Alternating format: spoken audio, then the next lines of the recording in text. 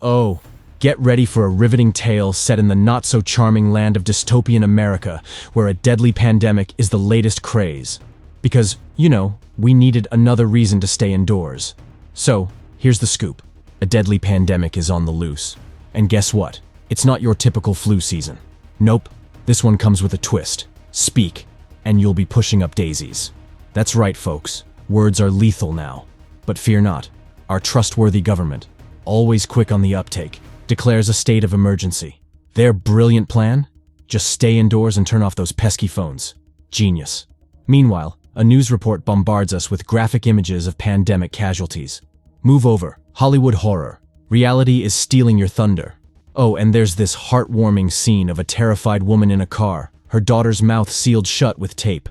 Because parenting during a pandemic means muting your kid. And there's a sign. Don't make noise. Motherhood at its finest. Fast forward a bit, and the pandemic has already wiped out chunks of the country. An underground metro resembling a blood-soaked horror show. Survivors huddle in train carriages, praying for the apocalypse to take a chill pill. Suddenly, a baby starts wailing, and, oh no, the horror. Passengers, in their infinite wisdom, decide to kick the baby out of the train. Mother of the Year follows suit, only to meet her doom seconds later. Bravo! Darwin would be proud. Now, just when you're recovering from this emotional roller coaster, the movie takes us back to where it all began. Uncharted caves in Pennsylvania. Archaeologists digging where they probably shouldn't. Surprise. Unknown flying creatures attack and promptly turn our explorers into the latest item on the creature's menu. Cut to a high school in Montclair, New Jersey. Because every dystopian tale needs a high school setting. Meet Allie Andrews, our deaf protagonist who's a pro at ignoring douchebags. Oh, did I mention she communicates through sign language, lip reading, and speaking? Multi-talented, that's our Allie. Enter Rob, the guy with a crush on Allie. They play the let's pretend we're not crushing on each other game. Meanwhile, Allie's dad gets a call about her being bullied again. Surprise, surprise, deaf girl gets bullied. Who would have thought? Allie's family is a real-life soap opera. A protective father, a worried mother, a terminally ill grandmother, a brother, and a pet dog named Otis. Because every family needs a pet during an apocalypse. But wait, there's more. A thrilling 3 a.m. wake-up call. The family gathers in the living room, plastic-covered fireplace and all, to watch the latest episode of U.S. cities under attack by pterosaur-like creatures. Who needs sleep anyway? Oh, let's applaud the brilliant researchers who thought it was a fantastic idea to crack open some ancient rockfall that had been sealed off for millions of years. What could possibly go wrong? Cue the dramatic entrance of creatures that can turn a human into a snack in mere seconds and have a keen sense of noise for their prey. Thanks, researchers, for unleashing these charming beings upon humanity. So the US government, in all its wisdom, declares a state of emergency. The groundbreaking solution? Stay indoors and shut up. Because that's how you deal with deadly creatures. By playing the silent game. Allie, being the genius she is, suggests heading to the countryside because, it's quieter and safer. Bravo, Allie, for your profound insights. Hugh agrees, and the family, along with Hugh's buddy Glenn, starts packing. Because nothing says survival like a well-packed suitcase. Now let's make a pit stop at a gas station. The perfect place for a family outing in the apocalypse. While Hugh tries to keep his son entertained and Allie takes the dog for a bathroom break, the excitement begins. A gun-toting man demands keys. But fear not, Glenn to the rescue.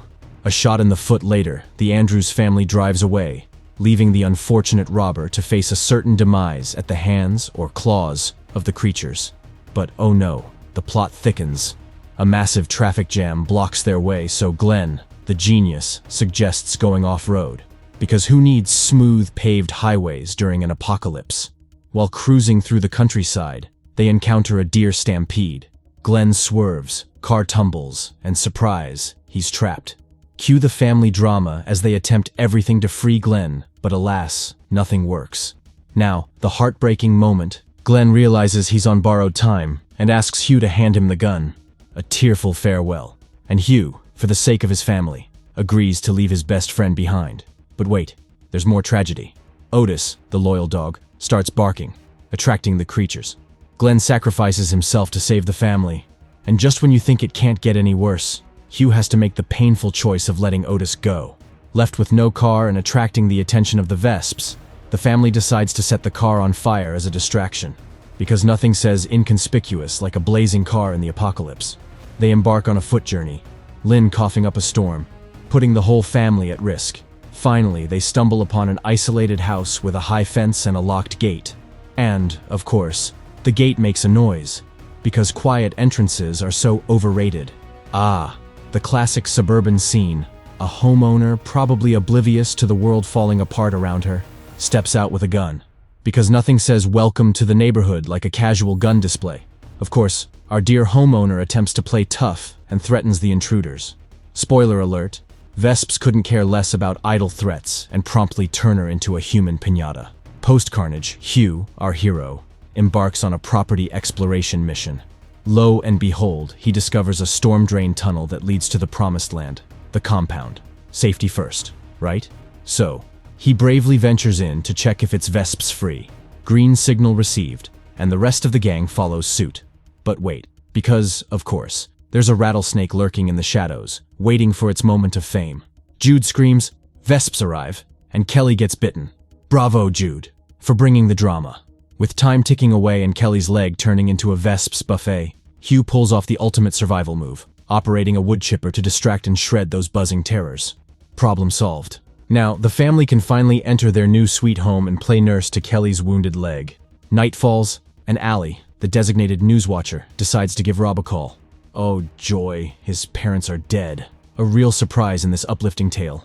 Allie, concerned citizen that she is, advises Rob to evacuate the city. But, oh no, technology decides to be a buzzkill, disconnecting the call before Rob can respond. Guess we'll never know if he packed his bags. Amidst the chaos, a religious cult emerges because nothing says end-of-the-world party, like a cult seeking recruits and killing non-believers.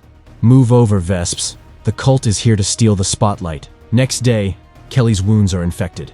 Hugh, ever the problem solver, decides to embark on a silent journey to find antibiotics with Allie. They find a store, but oh joy, it's a zombie apocalypse pharmacy reeking of rotten flesh. Allie, in her brilliance, makes some noise, attracting the Vesps.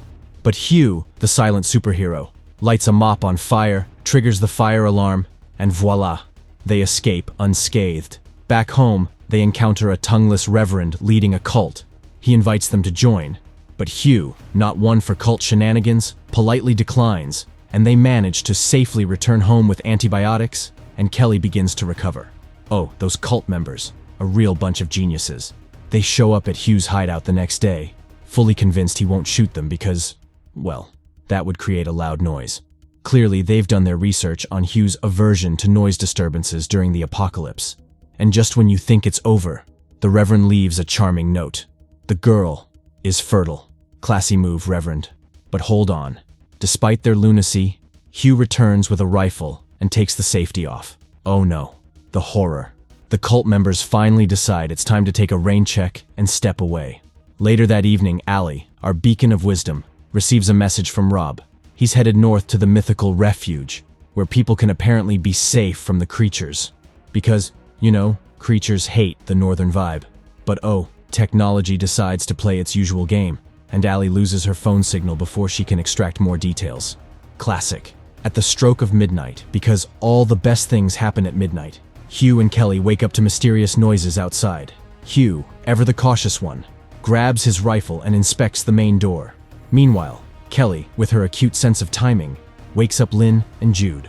Lo and behold, no one's at the main door. But wait, drama alert, Jude spots a little girl outside. Aw, isn't that sweet?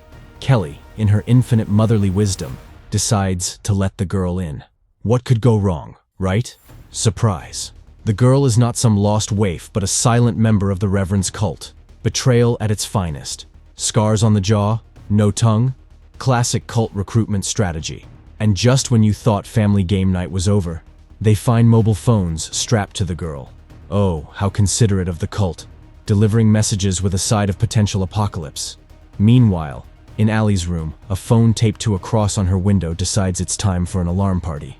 The creatures, ever the party animals, decide to crash it, freaking Allie out.